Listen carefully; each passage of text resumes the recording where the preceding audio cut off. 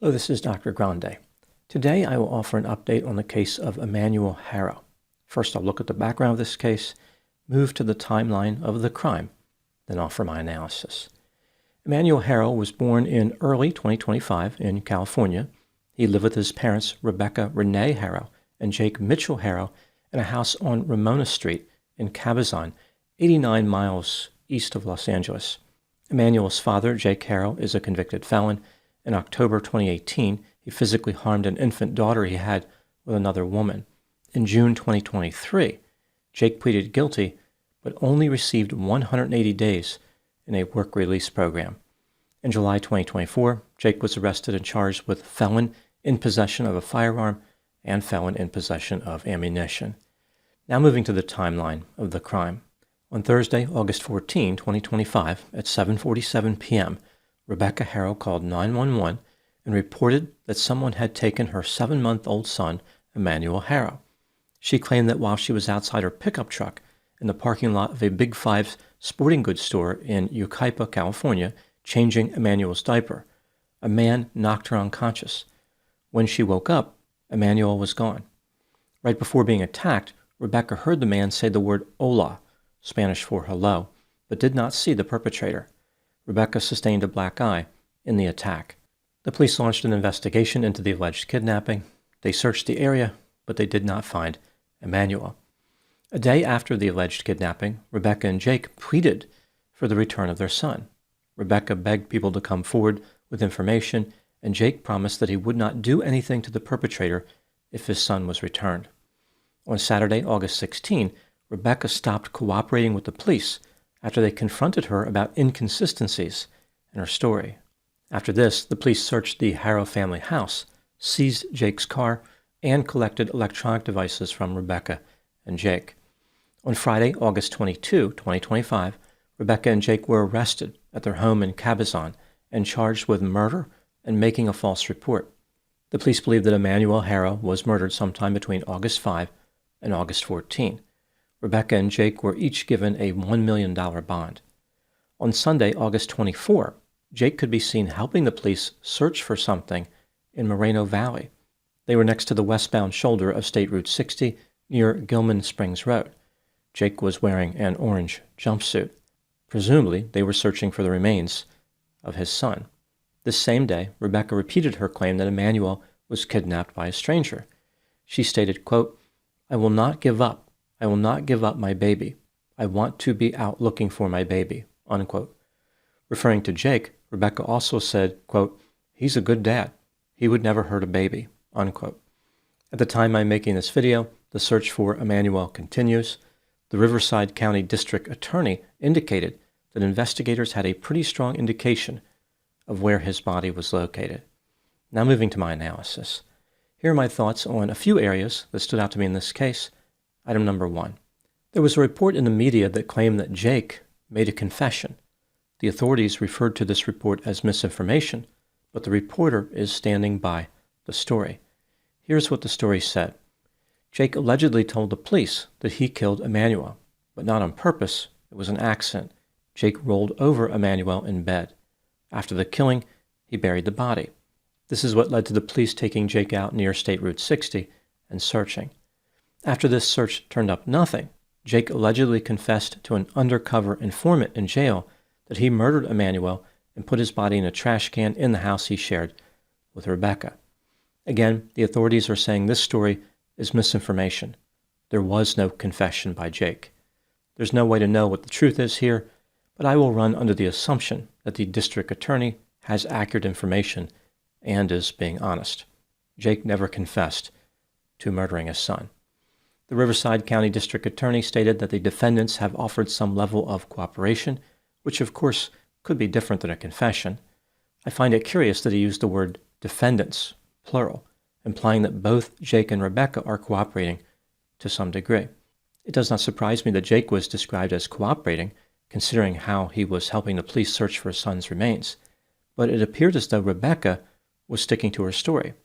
Did she change her mind? There's no way to know at this point. Item number 2. At first glance, especially given Jake's criminal history, one might suspect that Jake was the killer and Rebecca only helped cover up the crime. It appears as though the state of California has a different conceptualization of this case. They are vigorously pursuing charges against both Jake and Rebecca. At a press conference, the state's position was made clear. They are not interested in reaching a plea bargain with Jake or Rebecca. This case is going to trial. The authorities believe that Emmanuel had been severely mistreated over time and eventually succumbed to those injuries. Both parents would have been aware of the ongoing mistreatment. The death penalty is not on the table in this case, so the maximum sentence the alleged killers are facing is life in prison. Item number 3. The authorities have expressed their displeasure with the fact that Jake received such a light sentence in 2023 for the physical harm he caused to his daughter in 2018. She was severely wounded by Jake, yet he was allowed to participate in a work release program instead of going to prison. He was eligible for a 4-year prison term, but the judge suspended that. I think they make a good point. Certain offenses really do require prison time. Incarceration is not always the best option for criminals, but certainly it is appropriate for most violent criminals. Jake needed to spend a long time in prison. One statement that the authorities have repeatedly made, which is incorrect, is that Emmanuel Haro would be alive today if Jake was sentenced to prison. I agree, the judge made a mistake by not sending Jake to prison, but Emmanuel would not be alive today if Jake had been incarcerated. Jake was Emmanuel's father, so a long prison sentence would have resulted in Emmanuel never being born. One could accurately state that Emmanuel never would have been murdered, but he would not be alive today. In this instance, Jake was both the giver and the taker of life, if he is in fact guilty of murder. Item number 4. Based on the evidence that has been presented so far, I believe that at least one of the alleged offenders, Jake or Rebecca, is guilty of murder. It's also possible that both of them are guilty, but the state has not yet released enough evidence to convince me of that. The state indicated that there is a tremendous amount of evidence suggesting the kidnapping story supplied by Rebecca was fabricated. Assuming the state is telling the truth, that doesn't automatically make Rebecca the killer. Maybe she was covering for Jake's crime. She made up the story so Jake would not be arrested. The state talked about how there was a lot of electronic and digital evidence, although they did not share any details. Presumably, they are referring to information that would come from surveillance cameras and various electronic devices like cell phones. I'm curious about how this case will unfold. What role did Jake play, and what role did Rebecca play? Are they equally guilty, or is one more culpable than the other? This brings me to item number 5. There are 3 possibilities about how this crime was committed as far as the perpetrators. Jake was the killer, Rebecca was the killer, or they both participated in the murder itself. Statistically, the most likely killer is Jake, based on the probable motive, which I will talk about in a few moments. When factoring in his criminal history, the probability of Jake being the killer only increases. The state implied that Jake and Rebecca are equally guilty, but this is not likely. It's rare to see a filicidal conspiracy involving both parents. These cases almost always involve a single primary perpetrator. With Jake's criminal background, Rebecca is in a good position to negotiate a plea deal with the state through an attorney. The state probably would believe her if she said that Jake killed Emmanuel and then threatened her to fabricate the kidnapping story. Rebecca could even accuse Jake of causing her black eye. If this theory is correct, that is, Jake killed his son and Rebecca is covering for Jake, why isn't Rebecca trying to cut a deal?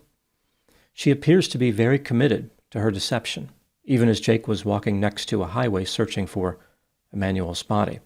That really does make it seem like Jake implicated himself to some degree.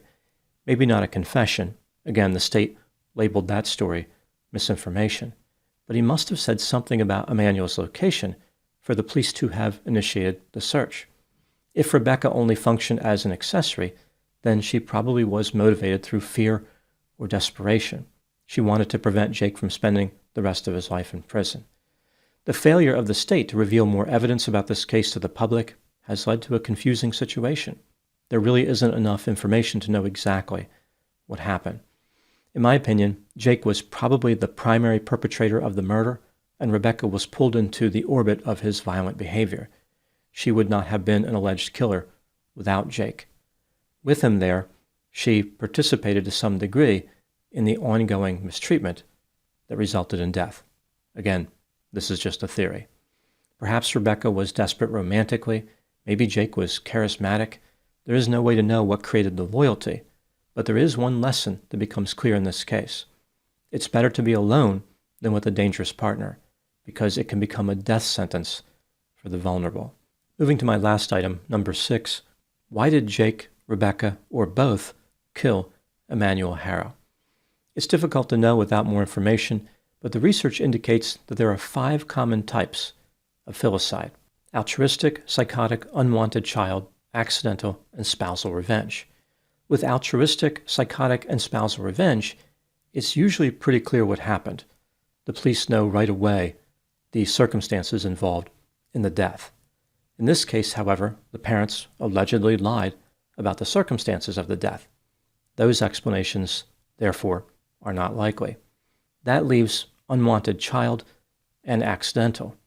Considering how the state indicated that Emmanuel was mistreated over time and those injuries resulted in his death, accidental was probably the most likely. That doesn't mean that Jake and Rebecca are innocent. With the accidental type, they would have been committing a felony when Emmanuel died, which means they would still be guilty of murder.